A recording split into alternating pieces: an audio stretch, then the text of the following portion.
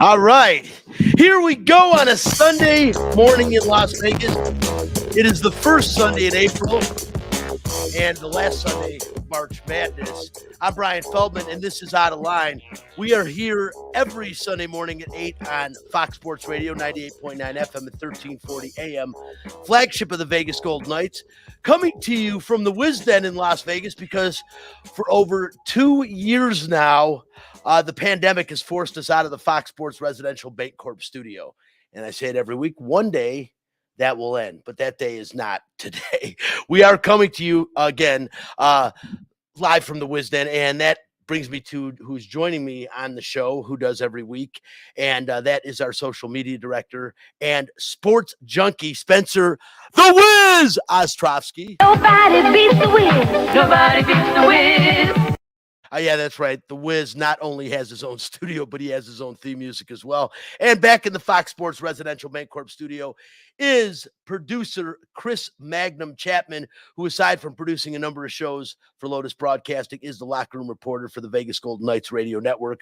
The show is also streaming on the LV Sports Network, and you can watch the show on Facebook Live and YouTube. The page is called Out of Line. That's OUTTALINE. Follow the show on Instagram and Twitter at Out of Line Fox LV. And since we are live, your calls and questions are welcome. The Fox Sports Residential Bancorp studio line is 702-876-1340. Hi, this is Bubby, and it's time for What's on Tap. What's on Tap, brought to you by title sponsor Residential Bancorp. Whether purchasing a new home or refinancing the home you already own, Residential Bancorp is the company you turn to for all your home financing needs. Residential Bancorp, funding America one neighborhood at a time. Call 702-964-5720 today to get information on all the home financing options available in the state of Nevada. On tap, the Vegas Golden Knights have won their last 4 in a row, but as of today are on the outside of the playoff picture looking in. Nightcap will fill you in all about that in a few minutes. The Las Vegas Aviators AAA franchise of the Oakland A's start their season this week with a 6-game homestand. Jim Gemma, the Aviators media relations director, will be joining the show to help us preview the season. And also, we're going to have some tickets to give away for the first firework game this Friday night. So stick around for your chance to win those tickets as well. And we didn't get a chance to talk about the NFL's moving QBs last week, so we'll fix that today. And Coach K is finally retired. I like saying that. I'm sure Magnum and both Spence and Mags like hearing saying that also. But we'll talk about that a little bit later on today, and that's why it comes down to the Tar Heels and the Jayhawks for the 2022 College Basketball National Championship. Look forward to talking about that and everything else today. That's what's on tap. If you are looking to buy a home or to refinance the home you currently own, choose a company you can trust. Residential Bancorp, funding America one neighborhood at a time with integrity and great customer service. Call 702-964-5720 for details on all your home financing options in the state of Nevada. Let's get right to it, guys. Let's go right to Nightcap. Hockey players, as you know, are warriors. They don't give up. They come to play every game. It's time for Nightcap, a cupful of the Vegas Golden Knights. From highlights to interviews to special events, the puck starts here. Now a shot, good save by Thompson in tight off Ryan Donato. Little spin around backhander. Peter DeBoer and his team improved their fortunes here with a win. Jack Eichel, a 2-goal game and a 5-2 win over Seattle. JT. How about Jack Eichel, man? 9 goals in 17 games. I mean, I tried to tell everyone, Mags has been telling people, this guy is for real, and we would see what a game changer he is and how valuable of a hockey player he is once he got going, which is something that he did. And I want to bring Chris in to talk about this. The Knights now won 4 in a row. Chris, last week you said you were a little bit worried that they would go to Seattle. They would possibly win Wednesday night, get overconfident. Seattle would be pissed off, and they would win on Friday. I said I disagreed with you. I thought they'd win both games, and they needed to win both games, and they did win both games. Wednesday, stellar performance by Logan Thompson in net again, gets a shutout, and then he holds down the fort Friday night. This guy has just been playing as good a hockey as anyone could have hoped for when you lose Brossoit and, of course, the starting goaltender, Robin Leonard, both still out. And this kid, to me, has earned the second goaltender spot in the postseason, provided Robin Leonard comes back and is able to play and is healthy. So, Chris, fresh off of your Japanese festival yesterday, I saw that you went to that. Pretty cool. And if you look on the screen, you can't see it, but Spencer's got a great picture of you up that the audience gets to see out there that's watching Facebook Live or YouTube. First of all, how was the festival? And second of all, obviously, respond to the talk on the Golden Knights. Yeah, well, the festival was fantastic. For those who don't know, my wife is Japanese, born and raised in Japan, immigrated to this country. So, yeah, we went to that. They actually have two. There's one in the fall and one in the spring. Yesterday was a spring festival.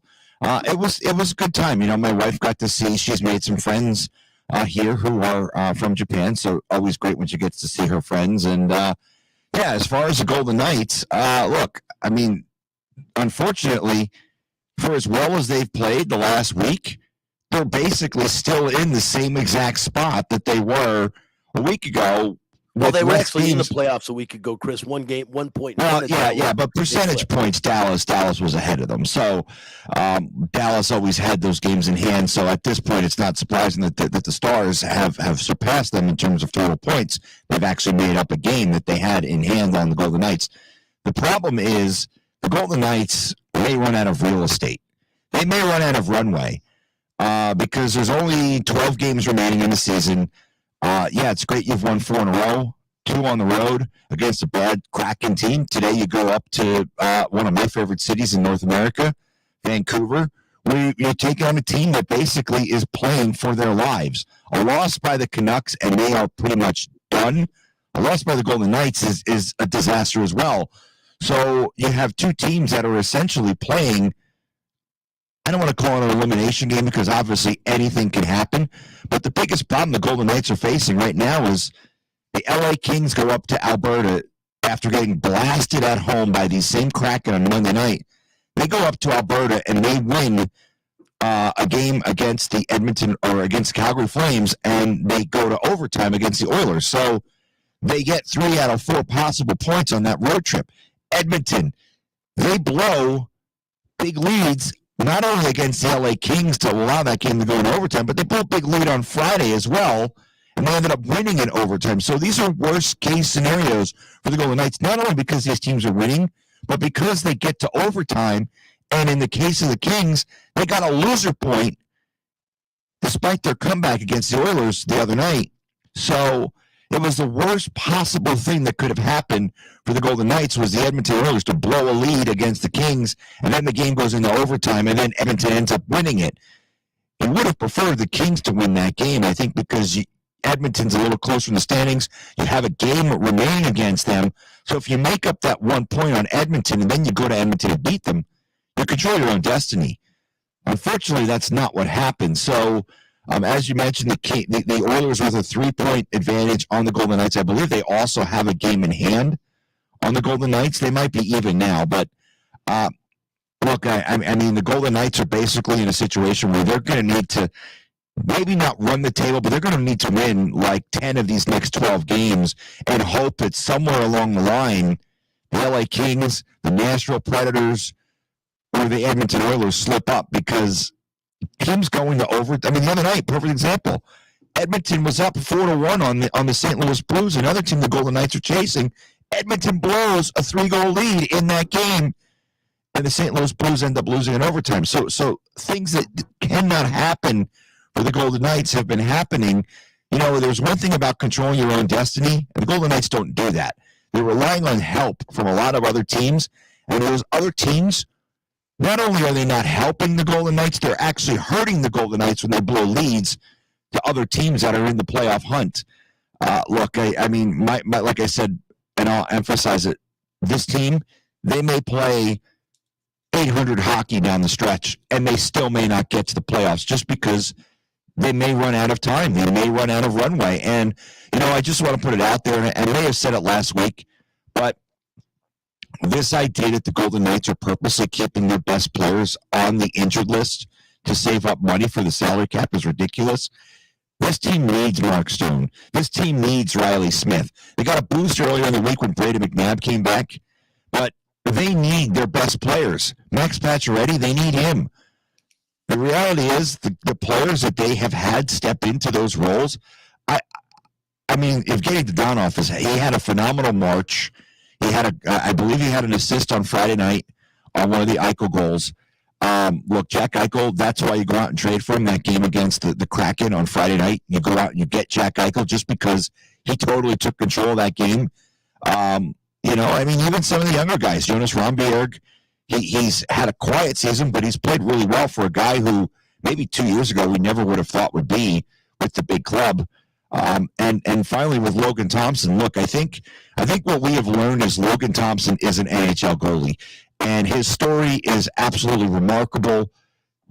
Played Canadian college hockey, and he was actually cut from the Brandon Wheat Kings, which is a team that was a junior hockey team owned by Kelly McCrimmon, who of course is the general manager of the Golden Knights. He goes a long route to the NHL, plays college hockey, played in the ECHL just 2 years ago, but not a lot of guys go from college hockey in Canada to the NHL. It's not like playing at Michigan. It's not like playing at North Dakota. It's not like playing at UMass or Boston U, one of the big schools in the Northeast. Generally, Canadians who play Canadian college hockey don't go to the NHL. So Logan Thompson, great story. And what you've learned, I think, from Logan Thompson is he is a more than capable NHL goalie. I'm not going to say he's the number one goalie, but I think what we've learned is the Golden Knights are going to need to trim some salary in the offseason just because of the fact that, the salary cap's only going up $1 million, but they're going to have to try to re-sign some guys.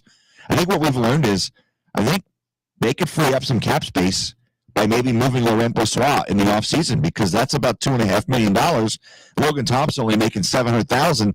Obviously, for a team who's up against the cap, that's one of those moves that you look at and you say, hey, you know what? If we can do this, we're going to do it. So Logan Thompson's played really, really well. He's going to need to keep it up. I have a sneaky suspicion we're going to see Robin Leonard today, though. Yeah, he's supposed to come back really soon, Chris. And I'm just keep laughing. The yukata, Chris, is great that you put on for the festival. Spencer's got you up with an umbrella when you see the picture. Oh yeah. That was actually that picture that he's got up is from when I got married in Japan. That's not here, but that's actually a different one than you wore the other day. Yeah, this is the one I'm wearing in this particular picture is a really, really fancy kimono. Generally worn by elite and wealthy when they get married. This is obviously tradition. Now it's worn by, any guy can wear it. But back in, the Edo period, that was when the elite and wealthy would wear a kimono like that. I don't know what they call that little puffy thing that's around my chest, but it was kind of cool. It was like having a rabbit wrapped around my neck. I was going to say maybe it's some kind of lucky rabbit's foot, but I knew that wasn't a current picture because you're not sporting the beard and the montage of hair, which looks great with your new, with your actual yukata that you own that you wore yesterday at the festival. But Chris, with the Golden Knights, I like a lot of what you said. Running out of real estate, they could. But the bottom line is, I'll tell you this much. If they win 10 out of their final 12 games, it's going to be a real tough road to haul to do that. But if they do, they should get into the playoffs. But, it's all going to depend on other teams. Like you said, they don't control their destiny. Dallas still with 3 games in hand. Edmonton does still have a game in hand, as does Vancouver. So those are all worrisome things. 3 out of the next 4 games are against Vancouver. One of the 2 could eliminate the other one by simply winning out in those 3 games. And, of course, in between, you've got Arizona coming up this week as well. I say that you look at this week coming up, Chris, you've got, 3 out of their last 4 games, the next 4 games I said are all against the Canucks, but they play Vancouver this afternoon on the road. They come back home to play them again Wednesday night. Then Saturday they're home against Arizona, then back to Vancouver again. It's a little bit of travel, but to me, Chris, all 4 of those are winnable games. It's very hard, I know, to beat a team 3 times in 4 games. That's going to be tough, but the bottom line is this team has to be tough playoffs now. They've got to really reach deep. They've got to show the intestinal fortitude that we know that they have, and they've got to keep winning. Robin Leonard coming back is great, provided he plays well in net, and he's going to be expected to do so, especially how hard Logan Thompson has worked to keep this team in it. I agree with everything you said about the guy. I do think they move Laurent Brossoit next year. That is about $1.3 million they save in salary cap. And I'll tell you what, Logan Thompson's going to find his way onto an NHL roster, maybe eventually be a starting goaltender from what we've seen him play. He has shown that he can play night in and night out and be successful. He really has shown consistency, which is something we haven't seen in net this year from the Golden Knights. And Logan Thompson has done that, especially in the last 4 outings. And that's huge. And he's kept them in games. Even a couple of games ago, he's kept them in the game when they've needed to and made some big saves in regulation, in overtime. I like what this kid's doing. But yeah, to win and to go anywhere in the Stanley Cup, they have got to get back Mark Stone. They've got to get back Riley Smith. They've got to get back Max Pacioretty. And obviously they're both, both goaltenders. They have them available, and even William Carey and Brett Howden, two guys that are invaluable to this team going forward. You need the physical presence of a guy like William Carey that can also score goals on the ice for this team moving forward in the playoffs.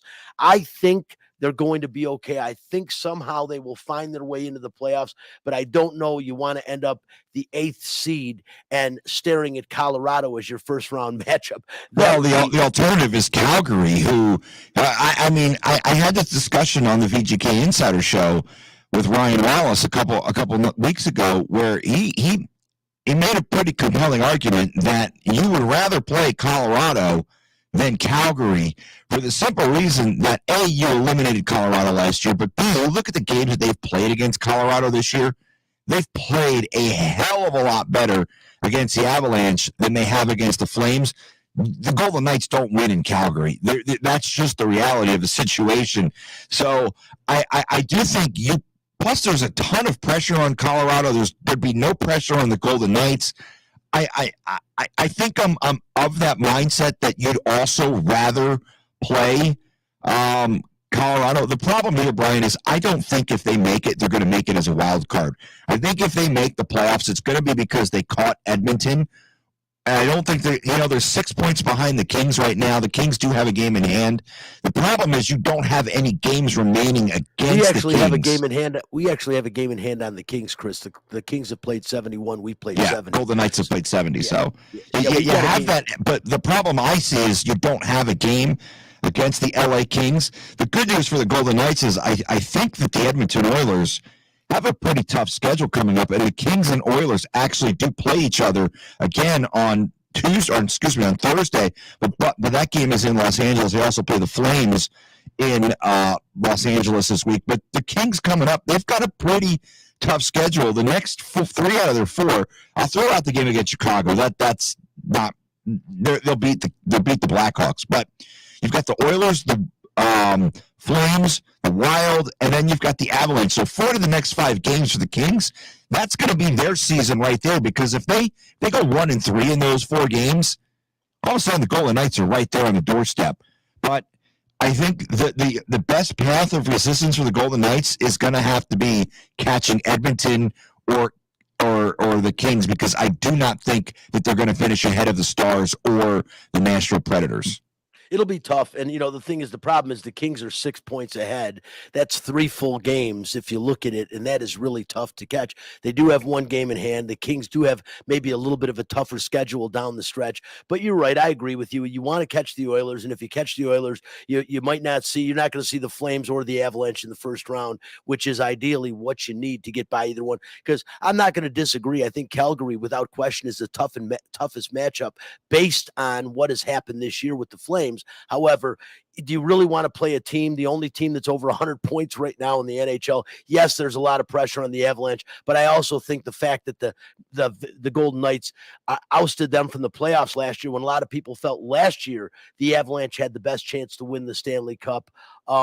I think that actually hurts the Golden Knights more than helps them, because I don't think they want to lose 2 years in a row. That there's pressure on them not to do that, and I think that's going to be a little bit difficult. But again, I think the Golden Knights have a shot, as you do, Chris. And I think if they do get into the playoffs, and you do get Mark Stone back, you do get Max Pacioretty, Riley Smith, William Carrier back, Brett Howden, Robin Leonard. Wow. All I can say is this is one of those teams that's one of the lower seeded teams that everyone is going to be fearing, especially with the playoff experience the Vegas Golden Knights have. I mean, they made the playoff every year in their existence. That's going to be a tough out. No one will want to see them in the playoffs. So I'm sure the entire National Hockey League teams that will be in the playoffs would like to see them history. Again, this is Out of Line. I'm Brian Feldman. I got Chris Magnum Chapman back in the Fox Sports Residential Bancorp studio. Here with me in the Wiz Den is Spencer Ostrowski. We'll bring him in a minute. I know Chris is getting Jim Gemma on the line right now. We are going to have Aviators, our first Aviators report of the year. The Las Vegas Aviators, of course, the AAA franchise of the Oakland Athletics. And here in Las Vegas, there's been a lot of talk about the Oakland A's. Will they come here? The guy that's going to be joining us in a minute will let you know. Probably not. Don't get your hopes up for that. People still talking about that all the time. I listen to Jim Gemma. He kind of fills me in. I think he's got his finger on the pulse of what's going on there a little more than we do. So I'm going to lay that one to him. But if you have not been out in the 2 years, 3 years that it's been in existence to the Las Vegas ballpark, it is one of the nicest minor league facilities in the entire country. It is unbelievable. It has major league appeal to it, a pool. It is a really cool event, and it's something that you've got to see and go check out. And even in the heat of the summer, man, I love it. There's ways to cool off out there, some great refreshments. And again, it's in a perfect location. After the game, plenty of stuff to do all around the ballpark. And I recommend, if you haven't seen it, go out there, especially on something like firework night, that when Jimmy joins the show in a second here on firework night, they have the fireworks out there. Spencer, I know we've been out there to a couple of games. I've been out there to several, actually, but how much do you like that place? I mean, Cashman was really cool. And Cashman was in old downtown Las Vegas history. You would pass the Neon Museum when you went there. It was awesome. But the Las Vegas ballpark, the facility, blows anything I've seen away, especially at the minor league level. Well, it's funny because you said it's one of the best minor league ballparks. That's the best. So it is the best. It's insane. It's really like a miniature major league ballpark. And it has the Vegas spin on there. There's a pool in the back, like you talked about. They have great like beer nights and everything like that, like $1 or $2 beers. You just go out right outside. You can grab them as many as you want. So they really do care about the fans there. They care about service members as well. They always have nights like that. I remember one time I think they had a dog go getting the bats from during the game. So never a dull moment. And also it's just you get to watch baseball and you get to watch it for a really cheap amount relative to what it is. And great food in there as well. I couldn't recommend it enough. If you haven't been there, I don't know what you're waiting for. No, people will get out there. We're going to give you a chance in a few minutes here to win a couple of tickets to Friday night's game against the Reno Aces at the Las Vegas ballpark. It'll be the first firework game of the night. And I'll tell you, after the game, to sit there and watch fireworks, it was cool at Cashman Field. It is ridiculous at the Las Vegas ballpark. Just a really cool facility. We got Jim on the phone? Not yet. Okay, Mags is working on that, getting Jimmy on the phone. But again, they've got games. The first game is going to be Media Day this coming Tuesday, and that is opening night against the Reno Aces. 7:05 start for all the games until the 10th. You've got a game at 12:05, and that is a lot of games in the first week. But in the minor league schedule, they pack it in. And they get all the games in this year, back to the full schedule, full stadium full of fans, no more masks. It should be a great time out there at the Las Vegas ballpark. And again, right across the street, downtown Summerlin, Red Rock Hotel and Casino. So many options, so many things to do right around the ballpark. You couldn't have picked a better location for this place. It is it's pretty cool. And anyway, Spence, yeah. So, well, I guess we'll talk about it. Oh, he's on now? I was just saying maybe you want to go to the next segment for a little bit. And I'll figure it out. I'm texting him right now. So okay, Matt Maggs is trying to call him. Okay, well, hopefully Jimmy will be. I hope I sent the right number over to him. Well, if you want to talk about the next segment, we're going to talk about in a minute here. Besides talking about the NCAA tournament, is all the moving parts in the National Football League this year.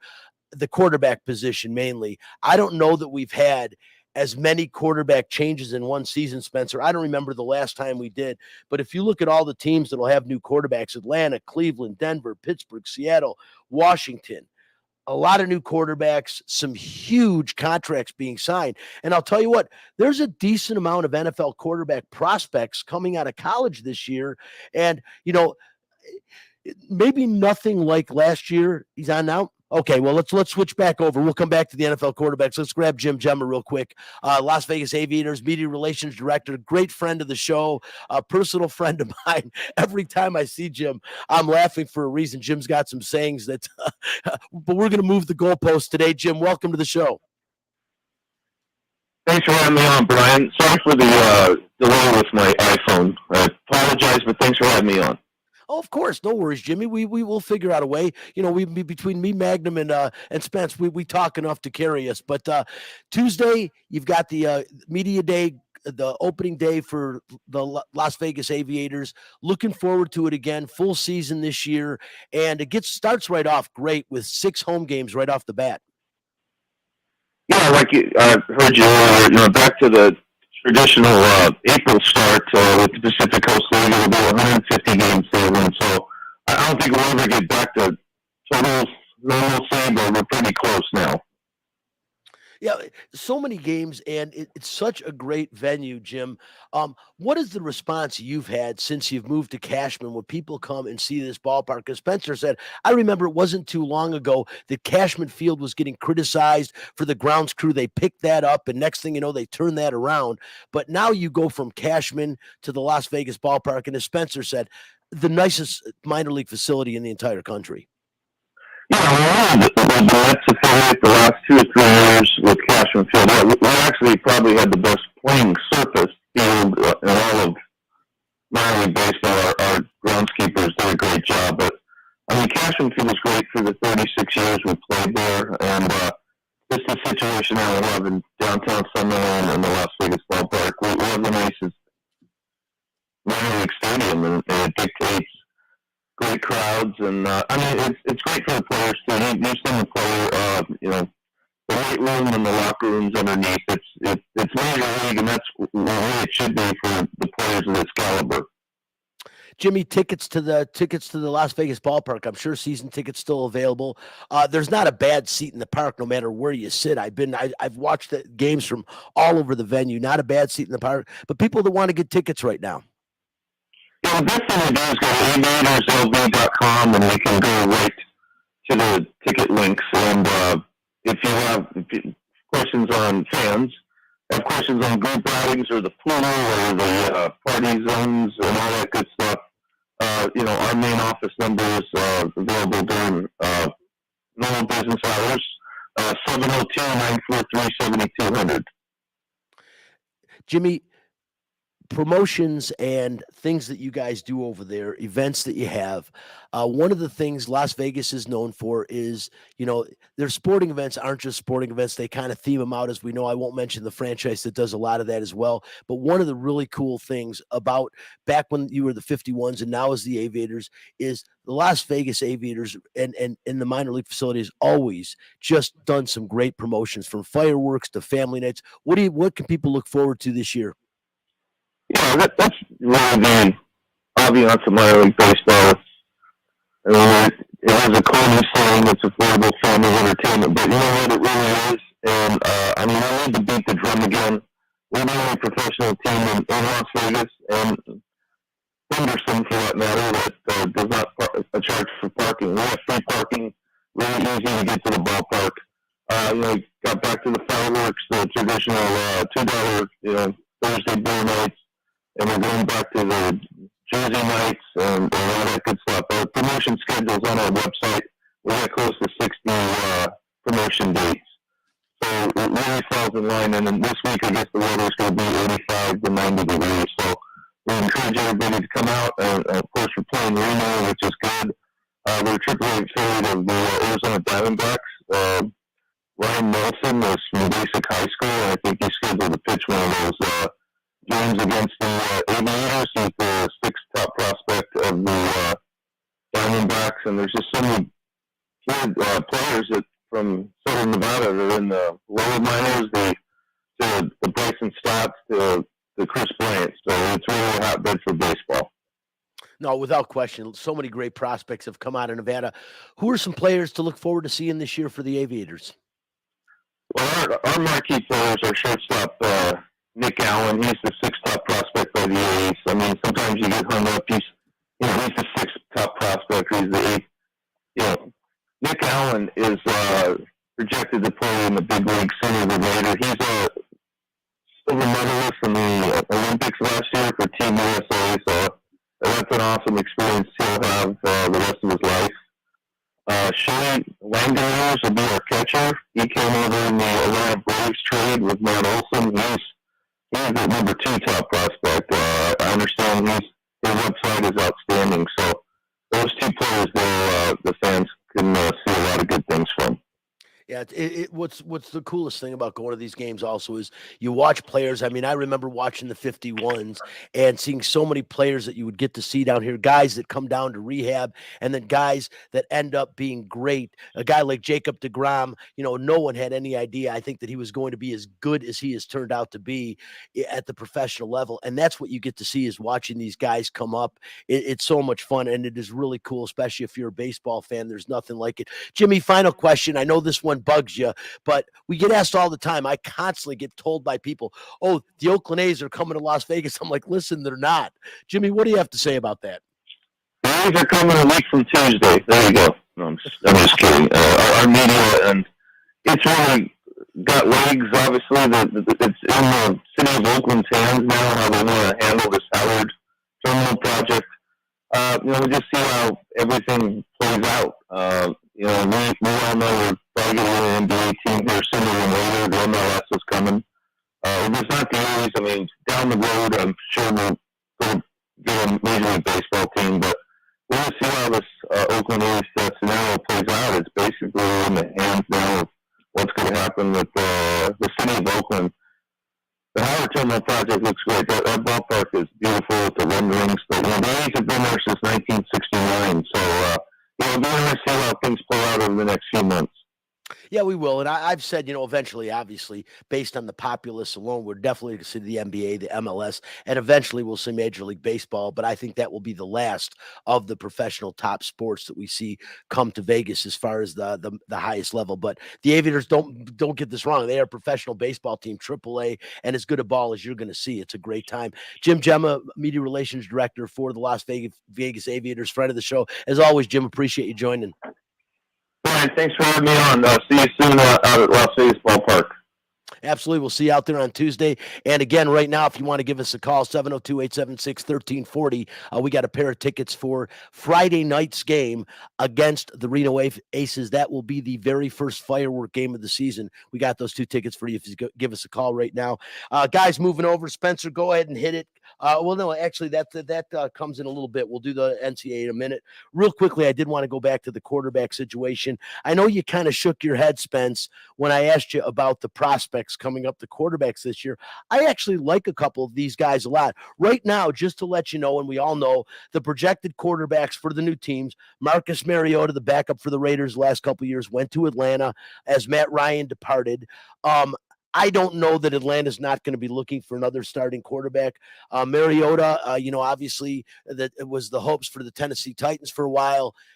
He had some good moments there, but he came to the Raiders, backup for Derek Carr, every now and again got into a wildcat situation, but I don't know that he is an everyday quarterback in the NFL. I think he's a very serviceable backup.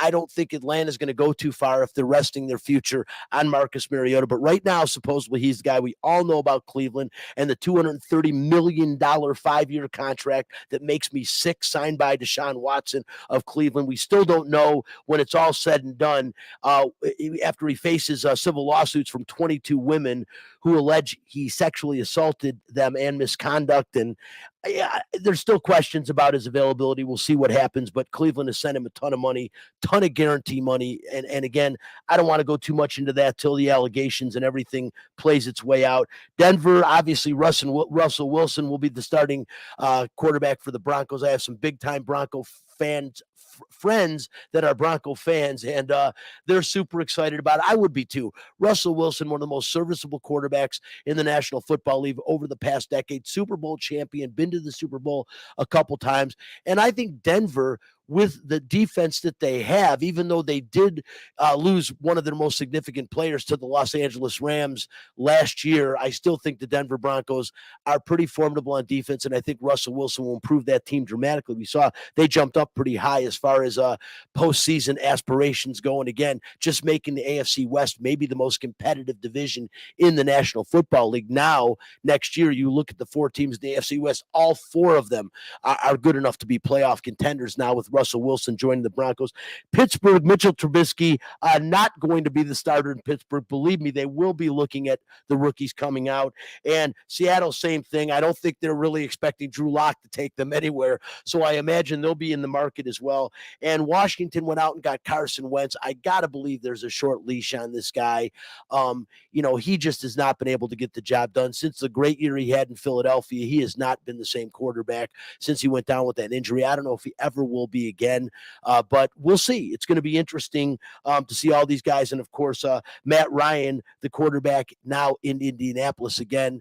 All these moving parts, Spencer. But why don't you like the prospects? We'll talk about them in a minute. We talked about the moves. But why don't you like the guys coming out of college? Well, I think there's a reason that they're likely, I'm not going to say for sure, but they're likely isn't going to be a quarterback taken in the top 10 for the first time since, I don't know. I'm not saying that these guys won't someday possibly, be starters in the league, but I don't see any of them outside of maybe Pickett, which people think that, he played for Pittsburgh. He literally played college ball in the same stadium, so he wouldn't have to even barely move his locker or his stuff. And everybody obviously wants that to happen. But outside of that, you got Matt Corral. I'm an Ole Miss fan, obviously, so I like the guy a lot. But once you start going down the list, it's a lot of raw talent. And I think that's probably been a more popular trend as of recent, outside of maybe the top 2 picks, which we've seen all the time. These guys are sitting behind for a year. We saw the 3rd overall pick last year for the 49ers. Trey Lance, he didn't even play at all. And now he's going to get that chance. And I think people saw what happened with Patrick Mahomes, and that's much more desirable. But outside of that, because a lot of people think Trey Lance maybe could have started last year, none of these guys are ready. And it's very hard. I'm not going to say it's not, but this is not the best QB draft. It's quite possibly the worst we've had in a decade. Well, it could be, and it could end up being a really good draft. And why I say that, Spencer, is NFL prototype quarterbacks now are guys that can get outside of the pocket, guys that can move and make things happen on the run, a la Patrick Mahomes, a la Josh Allen. That's the kind of quarterback, that they're looking for right now. And I would agree. I would say Kenny Pickett is probably the most NFL-ready quarterback out of Pittsburgh right now. To me, he's got the best vision of any quarterback coming out of college. His ability to see the whole field, not just half reads. He is great at identifying where the safeties are at, and he figures out ways to get his guys open. He's able to find his 3rd and 4th options, which in the NFL is going to be huge. I know the game's going to speed up a lot, but that's his upside. I think he's the best quarterback coming out of the draft. And the guy you didn't mention, I'm not going to say Matt Corral. I've got him as 3rd. I have the number 2 quarterback as Malik Willis coming out of Liberty. He played at Auburn originally, transferred to Liberty in 2019. To me, he's got the best arm in this draft. We saw it in college. We saw it at the Senior Bowl, and we definitely saw it at the NFL Scouting Combine. I think he will have one of the top 10 strongest arms in the NFL, Spencer. That's how strong this kid's arm is. Not just about distance, but velocity and threading the ball into tight windows. That's something he does really well. And, again, Liberty is a far cry from the NFL, but he was drafted or he was recruited and played at Auburn. This kid has the skills. And then you talked about Matt Corral. Rumors are the Steelers like Corral, the Texans like Corral, the Seahawks like Corral, all interested. He is a guy that I also think is potentially NFL ready out of Ole Miss. Lane Kiffin just can't talk enough about this kid. We'll see. 4th, I've got, how about Desmond Ridder out of Cincinnati? I wasn't too thrilled about him. I have been trying, but to me, he is the best outside the pocket quarterback in the draft. 28 career rushing touchdowns at Cincinnati, 2-time AAC Offensive Player of the Year. He is really good outside of the pocket, being able to extend plays, almost Patrick Mahomes-like. Now, I don't want to call him that, but I mean, that type of an ability, and he gives his guys time to get open. He's a dual threat that every NFL team wants right now. He ran a 4.52 in the 40-yard dash at the NFL Scouting Combine. And again, he can impact the game, not just playing outside the pocket as a passer, Spencer, but getting outside the pocket as a rusher as well. And to me, that makes Desmond Ridder a very good prospect, the guy that could sit behind somebody and learn. And then another guy that people aren't talking about, I view him as a 5th rated, and that's Sam Howell, the quarterback at North Carolina. A kid, he is to me the best deep passer in the draft, and he is mobile. He look at his rushing statistics: 828 yards last year, 11 touchdowns on the ground. This guy is another dual threat. And even though these quarterbacks might not be as highly rated as ones we've seen come out of the draft, this is now what the NFL is looking for. Dual threat quarterbacks. And almost all these guys, 4 out of 5 of them, are exactly that.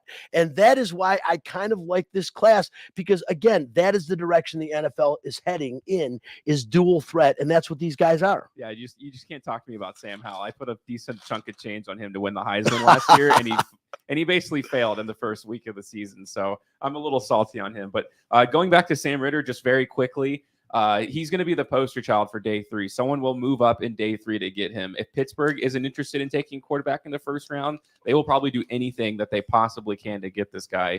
They may have to go into the late second, but I'm guessing day 3, he's going to be the biggest name that goes off the board.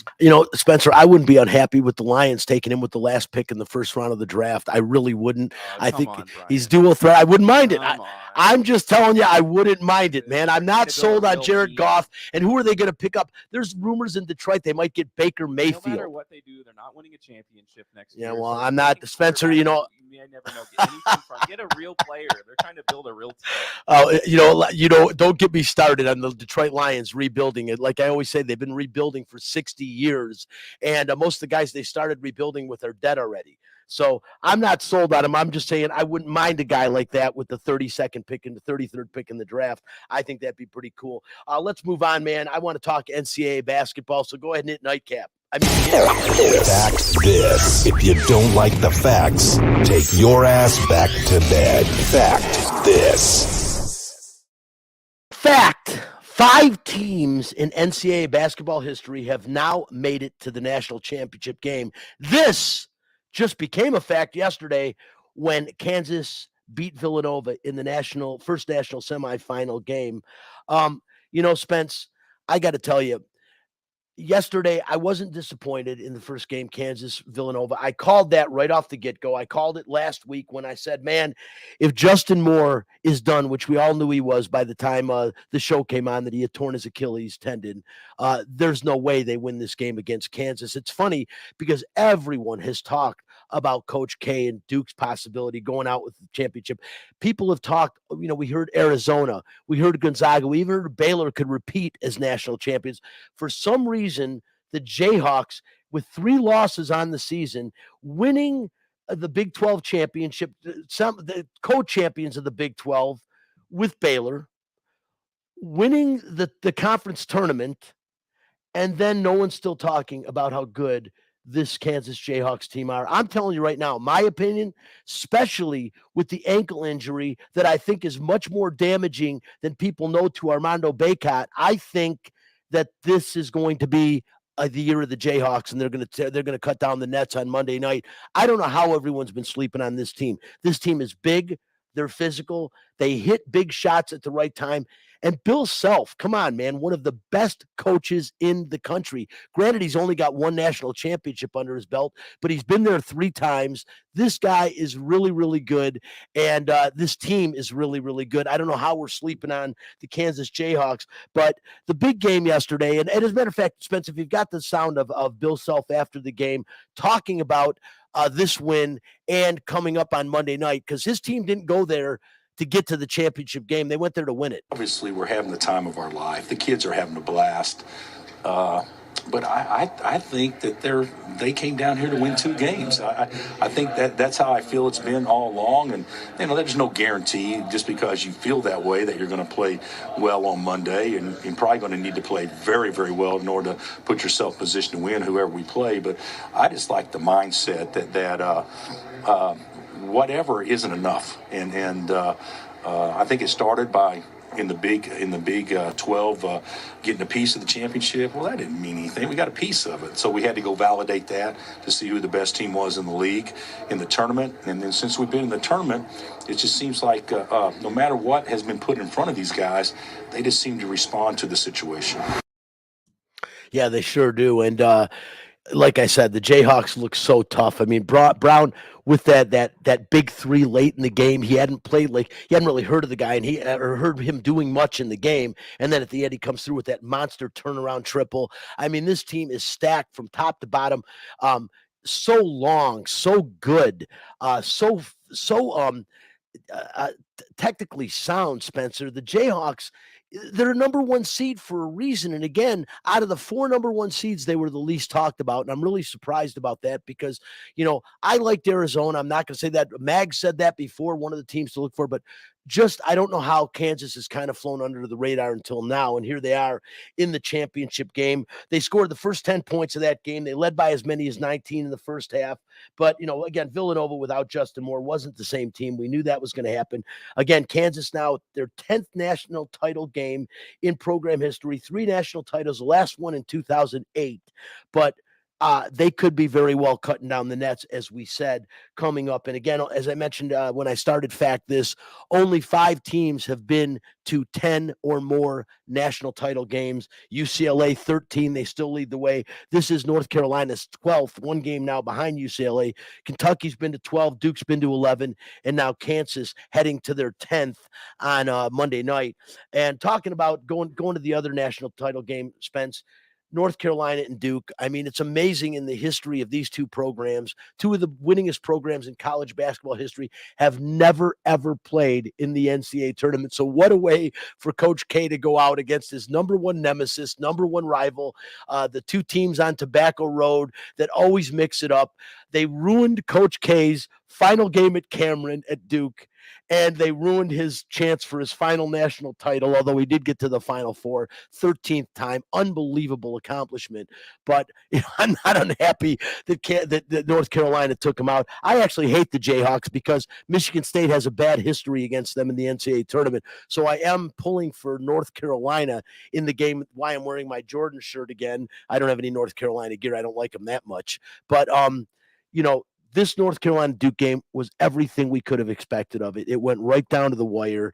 And after the game, Coach K talking about his guys, talking about his career and his final game of his college coaching career, which, like I said, is probably the most epic college coaching career in history. And is he going to be the GOAT over John Wooden? I don't know, but a lot of people will say he is. This Wooden. How about what Coach K had to say after the game? A youngster doesn't leave this locker room thinking that he lost the game. Collective responsibility, win and lose together, and we've loved coaching them.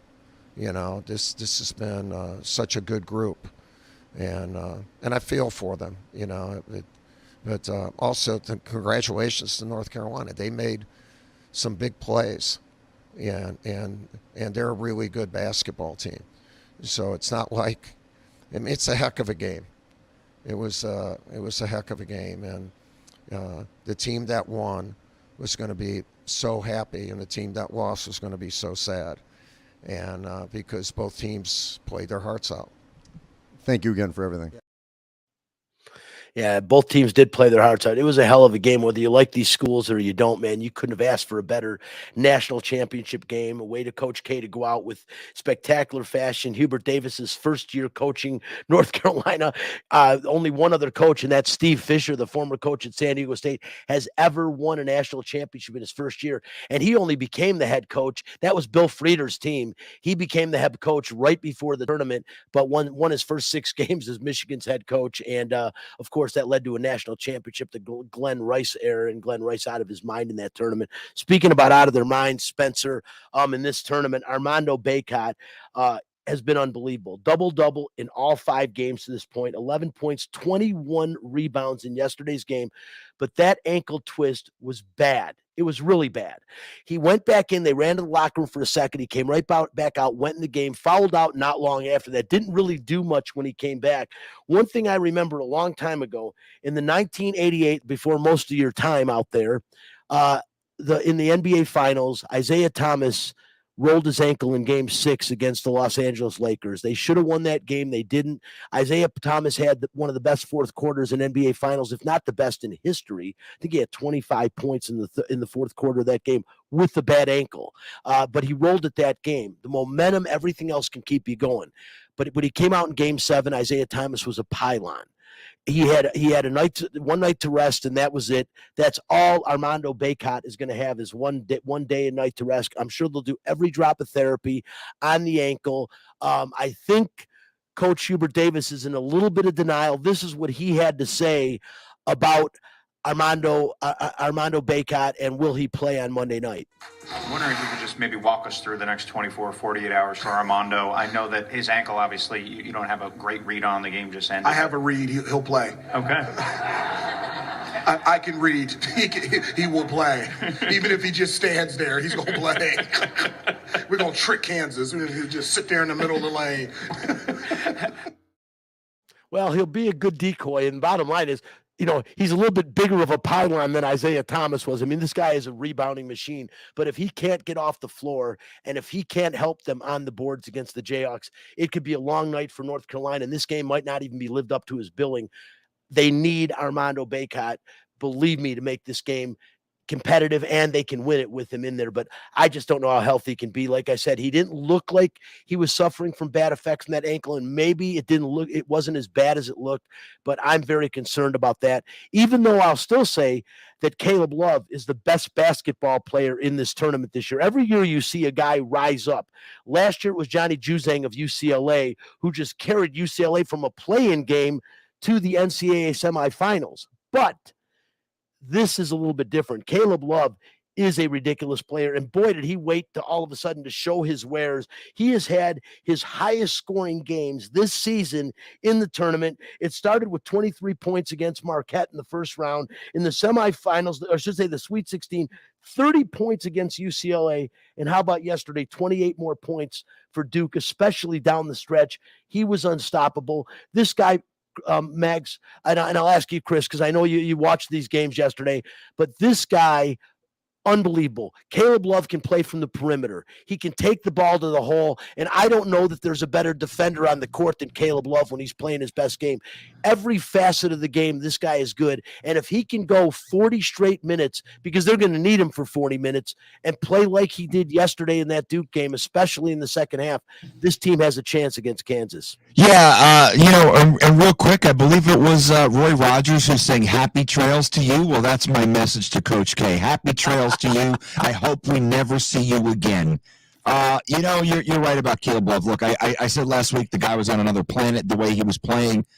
You're right. North Carolina is going to need him to probably play his best game of the tournament. I think the injury to Bacot, look, this is Kansas's title to lose. And, as I rack my brain about this NCAA tournament and this Final Four, the kind of unfortunate thing is Villanova kind of got lost, and they're the only clean program that made the Final Four. North Carolina, they basically created an entire fake academic department.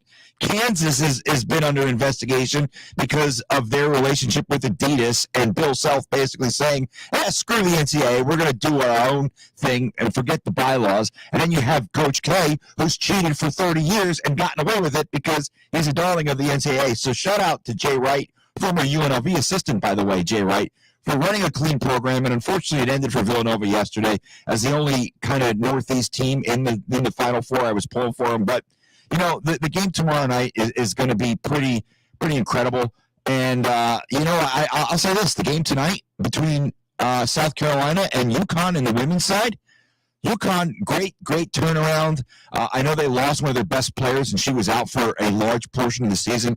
She's back, obviously helping UConn make a run to the national title game.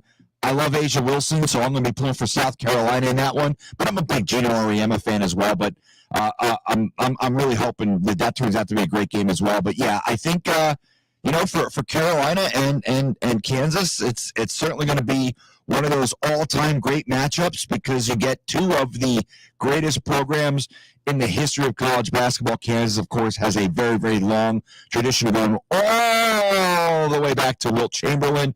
And North Carolina, fantastic history as well under Dean Smith. So yeah, and you know what? I'm glad it was Carolina that ended the career of Coach K. It's almost like a WWF type ending. No Disney ending. No fraud cutting down the nets at the end of the game.